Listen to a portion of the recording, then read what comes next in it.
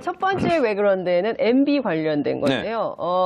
지금 뭐 난리가 났어요. 집안에 아들 또 소환이 됐고 뭐 처음에 형님만 있는 줄 알았더니 뭐 조카 사위까지 지금 싹 다 불려가고 있는데 상당한 혐의가 있습니다. 그러니까 저는 이 뉴스를 접하면서 제가 모 방송에 판모 도라 방송에 지금 출연하고 있잖아요. 다 얘기하고 있어요. 그래요? 모 BN 방송에 정두원 의원하고 같이 출연하고 있는데 정두원 의원께서 경천 동지할 일이 3가지가 있다. 근데 차마 말을 못하겠다. 그렇죠. 이렇게 얘기를 했어요. 그래서 제가 이제 가만히 있으면 안 되잖아요. 그렇죠. 제가 취재를 엮고 쓰시면서 도대체 뭐냐 했더니 가족과 연관이 있고 돈 문제다. 이렇게까지만 얘기하고 더 이상 얘기를 못했어요.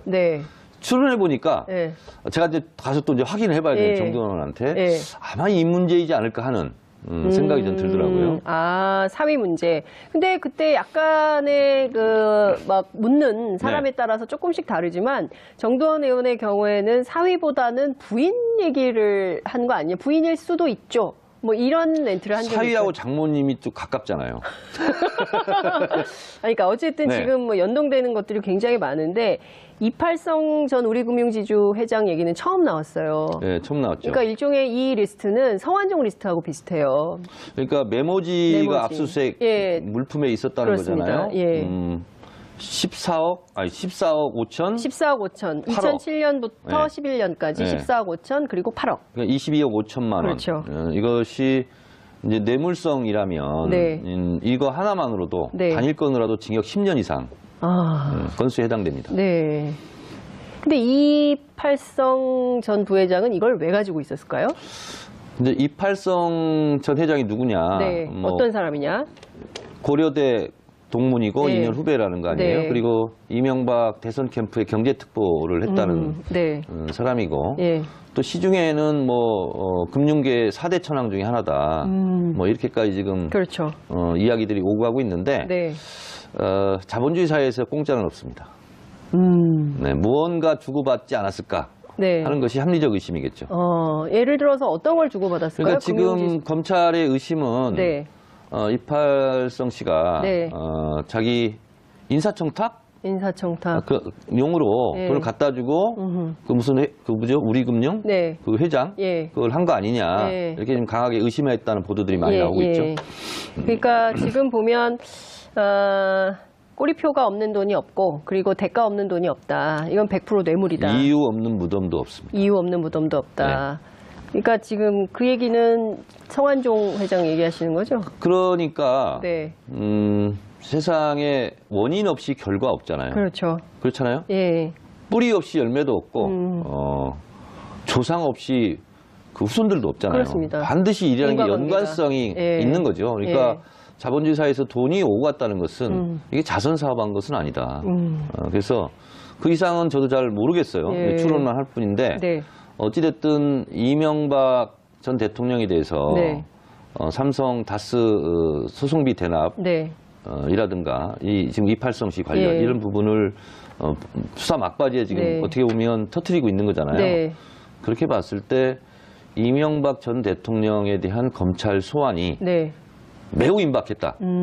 그리고 이제 아들 이시영까지 지금 평창올림픽 폐막식 날 바로 소환 조사했기 때문에 이 시대 참 예언인으로서 예언합니다. 소환 날짜는 3월 10일. 3월 10일? 틀리면 어떡하죠? 전후가 되지 않을까. 전후가 되지 않을까. 이렇게 생각하는데 그 이유는요. 2년 전에 제가 3월 10일 날 컷오프가 됐어요. 제가 보기에는 아무런 상관이 없는데. 근데 그 1년 후에 제 컷오프 된 날, 1주년 날 박근혜 전 대통령이 헌재에서 컷오프 됐어요. 그러네. 진짜 파면 선고 받은 날이 3월 10일이에요. 1년이 곧 다가오고 있습니다. 그렇습니다. 그래서 정청래 컷오프 2주년 기념으로 이명박 전 대통령이 검찰 소환 조사를 받지 않을까? 아, 검찰 소환 조사를 받을 거다. 네. 전후로. 전후로. 살짝 이렇게 피해가면서 또 아닐 수도 있으니까. 검찰 여러분들께서 이 방송을 보시면 협조해 주시기 바랍니다. 될 수 있으면 3월 9일이나 10일 날 하지, 10일 날 하지 말고 3월 10일. 10일 정도 해주라. 근데 그날이 하필이면 토요일이에요, 또. 토요일이에요?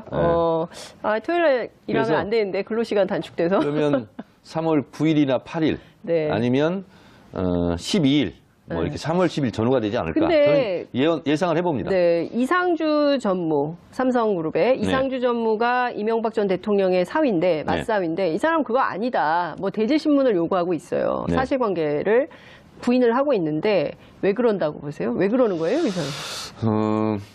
이 정도까지 증거가 나왔는데도 아니다. 이게 왜 그러는 거죠? 이명박 전 대통령의 조카. 이상은 회장의 이동영. 아들 이동영 씨가 검찰 동부지검에 출두할 때 우리 아버지 것으로 알고 있다. 이렇게 얘기했잖아요. 맞아요. 우리 아버지 거면 아버지 거고 아니면 아닌 거지. 우리 아버지 거로 알고 있다. 그러다가 나중에 우리 아버지 거 아니다 그랬잖아요. 응? 우리 아저씨 거다. 이렇게 얘기를 했잖아요. 그래서 이런 검찰 조사, 수사 과정 속에 처음 하는 말은 다 믿을 수는 없지 않나. 네, 그렇군요. 이분도 말이 바뀔 거다. 앞으로 조사 과정에서 말이 바뀔 수 있다. 지금 이명박 사건과 관련해서 유독 자신의 진술을 번복하는 사례가 상당히 많습니다. 그래요, 맞아요. 김백준 씨도 그랬죠. 뭐 여러 사람이 다 그랬잖아요. 맞아요. 들어가면서 쓰고, 다시 다 바꾸고 그때는 거짓말이었다.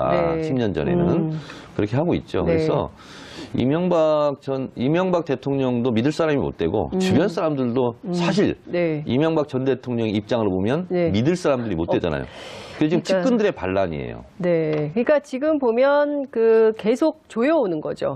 그러니까 가족들까지 다 조여오고 있기 때문에 그렇게 조이는 걸 보고 옥죄어 온다 이렇게 얘기해요. 옥죄어 온다. 이상득 얘기도 나왔습니다. SD에게 8억. 그러니까 이게 나눠서 전달을 하라는 취지였다는데요. 그렇다면 형님도 같이 검찰 포토라인에 서야 될까요? 뭐 지금 검찰은 누구를 봐주고 이런 상황은 아니지 않습니까? 그렇게 봤을 때 걸리는 족족 수사하고 뭐 포토라인에 세우지 않을까 그렇게 생각합니다. 이재화 변호사에 따르면 검찰은 바퀴벌레가 나오면 잡지 않을 수는 없다. 바퀴벌레가 너무 많이 나왔기 때문에 안 잡고는 못 베긴다. 그렇습니다. 나오는 족족. 그렇지만 여기서는 알까지 박멸해야 된다. 지금 보니까 나오는 바퀴벌레를 다 잡는데 그것을 뭐 이렇게 두들겨서 잡으면 도망가는 것도 있잖아요. 그럴 때는 F킬러가 최고입니다. 뿌려서. 일망타진이라고 해요. 일망타진. 근데 그 특활비를 관저로 배달했던 사건 있잖아요. 그러면 김윤옥 여사도 굉장히 중요한 이 사건의 복판에 있는 거 아닐까요? 그러니까 김윤옥 여사, 김윤옥 여사의 제2부속실 A 행정관이 이제 시인했지 않습니까? 그렇죠. 그렇기 때문에 지금 온 가족이 지금 다 조사받는 상황으로 갈 것 같아요. 그럼 온 가족이 다 조사를 받으면 어떻게 되는 건가요? 이럴 때는? 법적으로 그렇게 나와 있는 건 아닌데 대체적으로 온 가족이 조사를 받으면 대표 선수 하나가 구속되죠. 그 사람은 누가 될까요? 당연히 아버지이자 남편인 이명박 전 대통령이지 않을까요? 그리고 나머지는 원래 그렇게 해서 되는 건지는 모르는데 지금까지 우리 또 법감정이나 국민정서상 대체적으로 불구속을 하죠. 나머지 아들이나 부인이나 이런 경우. 그러니까요. 근데 지금 보면 이 정경유착이잖아요. 박근혜 정부도 마찬가지고 또 이명박 정부도 마찬가지고 어찌 보면 민주정부 10년간 다 정리됐을 거라고 생각했던 정경유착이 아주 그냥 다시 또 활화산이 되어서 다양한 방법으로 하고 있는 거예요. 그래서 지금 어제 그제 나온 얘기는 이제 제2롯데월드를 아예 기획을 했다는 거 아니겠어요? 청와대가? 그러니까 김대중 노무현 대통령 민주정부 10년 동안 끊어졌던 부패의 사슬들이 이명박근혜 정권 때 부활한 거죠. 과거 회기로 가면서 그랬던 것이고 지금 이제 방금 얘기하셨던 제2롯데월드 같은 경우는 아무리 봐도 이 청와대에서 이게 영업을 한 거라고밖에 할 수 없는 거죠. 제2롯데월드는 청와대 영업이다. 청와대에서 오히려 막 안달복달하면서 이번이 마지막 기회다. 그리고 엔화를 동원하면 돈이 얼마가 절약된다. 뭐 그리고 신격호 회장 얘기. 신격호 회장이 네, 뭐 마지막 죽기 전에 명물을 세우고 싶다. 그리고 나이가 88세다 지금. 시간이 얼마 없다. 뭐 그러면서 고도 제한도 좀 풀리는 거라든가 그 비행장 각도 이렇게 틀리는 것은 이러이런 논리로 적극적으로 전부처에서 나서서 대응해라. 이런 거잖아요. 근데 저는 이런 홍보 회사를 본 적이 없어요. 이렇게까지 이런 홍보 회사 디테일하게 홍보 논리까지 다 해준 이런 에이전시는 없었어요. 청와대에는 홍보 회사였다? 청와대는 롯데월드. 홍보 회사. 홍보 회사. 근데 홍보 회사는 보통 이렇게 리베이트를 받지 않습니까? 홍보의 대가로. 아, 대가로 뇌물을 받았다. 허가의 대가, 홍보의 대가, 홍보 에이전시, 홍보 대행사를 지금 마치 청와대에서 한 것처럼 돼 있잖아요. 그러면 이것도 뭔가 수상하다. 그러면 이것도 우리가 보통 영어로 얘기하잖아요. give and take 얘기하는데 give and 그 다음에 아무것도 없어. 좀 이상해 이건. 반드시 take. give and 다음에는 반드시 take다. take다. take가 뭐였는지 이것도 검찰이 적극적으로 밝혀야 된다. 어떤 take가 있었을까요? 뭘 줬을까요? 저는 추론합니다. 추론. 리베이트가 있지 않았을까라고 저는 추론합니다. 어떤 정도의 리베이트일지는 진짜. 근데 이제 이명박 대통령이 굉장히 깨알같이 꼼꼼한 성격이잖아요. 그래서 제가 봤을 때는 그냥 무슨 구세군 자선사업 하듯이 롯데월드를 이렇게 안달복달하면서 노심초사 발을 동동 구르면서 허가를 못 내줘서 안달하는 경우는 반드시 뭔가 있지 않았을까 이런 생각입니다. 근데 이 와중에 그 김영철 노동당 부위원장이 왔잖아요. 평창 폐막식에 참석하려고 때 맞춰서 천안함을 가보거든요. 이명박 전 대통령이. 천안함 폭침 주범에게 국빈 대접을 하는 이 나라의 현실이 부끄럽게 느껴진다. 이런 입장을 밝혔습니다. 일단 왜 갔을까요? 왜 그런 거예요? 이명박 전 대통령. 이런 거죠. 본인의 부정, 부패 이런 것으로 전선을 치는 것이 아니라 대북관계. 보수여 일어나라. 보수여 일어나라. 태극기를 들고 우리 집 앞으로 와라. 나는 이렇게 나를 보호해라. 국가를 보위하고 북한과 맞서 싸우고 평창올림픽도 이렇게 유치했는데 나를 정치보복하려고 그런다. 태극기 부대요. 이제 박근혜한테는 그만 가라. 나한테 와라. 이런 거고 SOS 뭐 신호겠죠. 그런데 본인이 제2롯데월드에서 보듯이 국가 안보의 문제를 제2롯데월드에 어떻게 보면 허가를 내준 거 아닙니까? 안보를 생각한다면 그렇게 하면 안 되죠. 그 안보를 생각하면 그렇게 하면 안 되는데 빼먹을 건 빼먹고 또 안보 코스프레라고 해야 되나요? 그러니까 이명박 대통령이 실제로 안보는 안 보이는 거예요. 안보는 안 보이고 보인다. 눈앞에 이속만 지금 챙기지 않았을까 그런 생각이 듭니다. 아까 이제 3월 10일 전후라고 예언을 하셨는데 이명박 전 대통령이 검찰 포토라인에 섰을 때 어떤 말을 할까요? 저는 이렇게 생각합니다. 이제 뭐 전두환 전 대통령도 노태우 대통령도 법정에서 최후 진술에서 그런 얘기를 했어요. 본인의 부패, 부정부패 이런 것을 얘기한 것이 아니라 노태우 대통령인가 전두환 대통령인가 이렇게 얘기했어요. 과거는 평가는 할 수 있으나 심판의 대상이 아니다. 이런 말을 했거든요. 최후 진술로. 무슨 말이에요? 그러니까 뭐냐면 심판의 대상이 아니라 정치 보복이라 이거죠. 김영삼 대통령 때 이제 두 사람을 집어넣은 건데 마찬가지로 이명박 대통령은 자기가 전직 대통령이고 현직 권력, 전직 대통령이 전직 대통령을 이렇게까지 탈탈 털어서 감옥에 넣는 것은 부당하다. 이런 것을 항변할 것 같아요. 근데 이제 좀 참 예언인이기도 하고 그러니까 한번 그 이명박 전 대통령에게 영상 편지를 좀 띄우시면 어때요? 이런 얘기를 좀 해라. 전직 대통령답게 MB 포토라인에서 이 얘기를 하시라. 두 가지 그러면 버전을 지금 할게요. 딱. 이명박입니다. 저 잘못한 거 없습니다. 저는 대통령으로서의 임무에 충실했을 뿐입니다. 제가 한 업무에 대해서 찬반이 있을 수는 있으나 이렇게 사법 처리의 대상이라고는 생각하지 않습니다. 제가 한 일은 역사가 평가해 줄 것입니다. 국민 여러분을 믿습니다. 라고 할 거다. 라고 할 거. 근데 예. 이렇게 하지 마시고 예. 어떻게 해야 되나. 이렇게 해주셨으면 좋겠어요. 네. 이유 여하를 떠나서 국민 여러분 죄송합니다. 제 주변에서 일어났던 모든 불법적인 일은 다 제 책임입니다.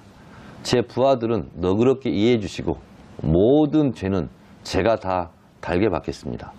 라고 할까요? 그렇게 했으면 좋겠어요. 네. 근데 현실은 어떻게 현실은 될까요? 앞에 한 거 있잖아요. 그러니까요. 네. 어찌됐든 지금 그 검찰 소환을 눈앞에 두고 있고 진짜 또 너무 많은 그 사실관계들이 확인이 됐어요. 근데 이 말 했는데 자꾸 이렇게 코가 간지러운지 모르겠네. 네, 여기가 좀 먼지가 많아가지고. 아, 그래? 미세먼지 좀 어떻게 해결을 해야 되나? 교통방송 사장님, 저기 스튜디오 환경을 좀 개선해 주시기 바랍니다. 이거 미세먼지가 많대요. 그러니까요. 근데 확실히 의원님 오시니까 댓글이 굉장히 많은데요. 월요일 2시 40분부터 3시 20분에 나오신다고요? 챙겨올게요. MB와 형님, 아들, 부인, 조카, 사위, 경천 동지 밝혀지는군요. 이팔성 금융계의 4대 천왕 웃기네요. 주는 게 있으니 받았겠죠? 결론은 모두 가족이 돈에 연관이 있다는 것이군요. MB 리스트. 정천래 님이 장윤선을 살리네. 롯데월드 빌딩 안 세우면 나라가 망하나요? MB가 대통령 때 이렇게나 국가를 내세워 사익을 취했군요. 이런 의견들이 마구 쏟아지고 있습니다. 네. 아마 이 문제이지 않을까 하는 생각이 좀 들더라고요. 사위 문제. 근데 그때 약간의 막 묻는 사람에 따라서 조금씩 다르지만 정두원 의원의 경우에는 사위보다는 부인 얘기를 한 거 아니에요? 부인일 수도 있죠. 뭐 이런 멘트를 한 적이 있어요. 사위하고 장모님이 좀 가깝잖아요. 그러니까 어쨌든 지금 뭐 연동되는 것들이 굉장히 많은데 이팔성 전 우리금융지주 회장 얘기는 처음 나왔어요. 네, 처음 나왔죠. 그러니까 일종의 이 리스트는 성완종 리스트하고 비슷해요. 그러니까 메모지가 압수수색 물품에 있었다는 그렇습니다. 거잖아요. 예.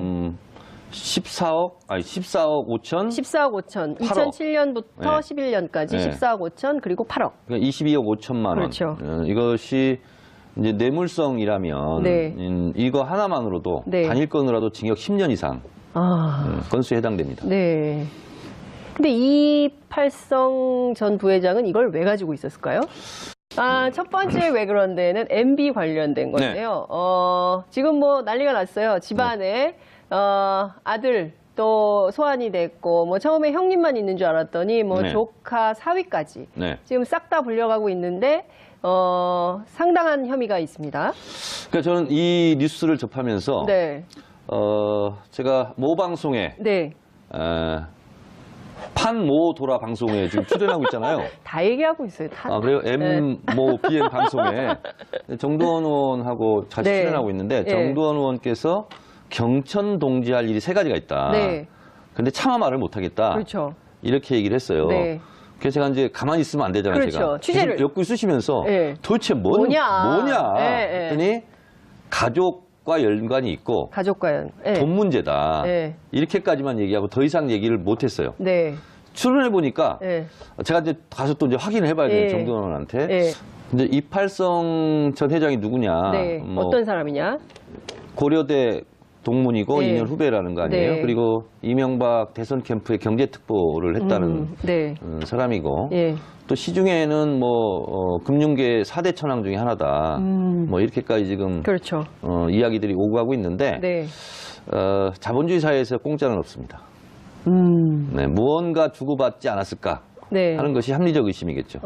예를 들어서 어떤 걸 주고받았을까요? 그러니까 지금 검찰의 의심은 이팔성 씨가 자기 인사청탁 그 용으로 돈을 갖다 주고 그 무슨 우리금융 그 회장 그걸 한 거 아니냐 이렇게 좀 강하게 의심했다는 보도들이 많이 나오고 있죠.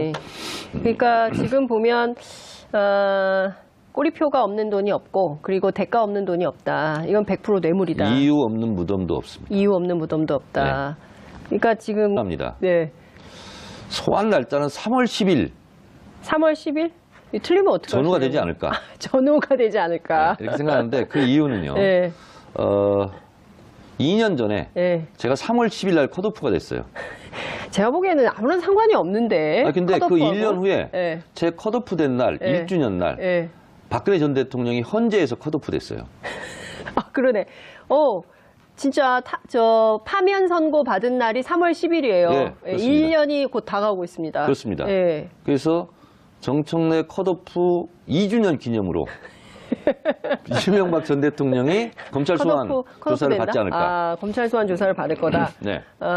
전후로. 전후로. 이렇게 살짝 이렇게 피해가면서 또 아닐 수도 있으니까. 검찰 여러분들께서 이 방송을 보시면 협조해 네. 주시기 바랍니다. 될 수 있으면 예언이 3월 맞게. 9일이나 10일 날 하지, 예, 좀 11일 해주라. 하지 말고 네. 3월 10일. 10일 정도 해주라. 근데 그날이 하필이면. 그 얘기는 성완종 회장 얘기하시는 거죠? 그러니까 네. 세상에 원인 없이 결과 없잖아요. 그렇죠. 그렇잖아요. 예. 뿌리 없이 열매도 없고 조상 없이 그 후손들도 없잖아요. 그렇습니다. 반드시 일이라는 게 인과관계가. 연관성이 예. 있는 거죠. 그러니까 예.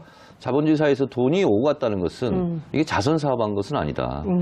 그래서 그 이상은 저도 잘 모르겠어요. 예. 추론만 할 뿐인데 네. 어찌됐든 이명박 전 대통령에 대해서 네. 삼성 다스 소송비 대납 네. 이라든가 지금 이팔성시 관련 예. 이런 부분을 수사 막바지에 지금 네. 어떻게 보면 터뜨리고 있는 거잖아요. 네. 그렇게 봤을 때 이명박 전 대통령에 대한 검찰 소환이 네. 매우 임박했다. 그리고 이제 아들 이시영까지 네. 지금 평창올림픽 폐막식 날 바로 그냥. 바로 소환 조사했기 예. 때문에 이 시대 참 예언인으로서 예언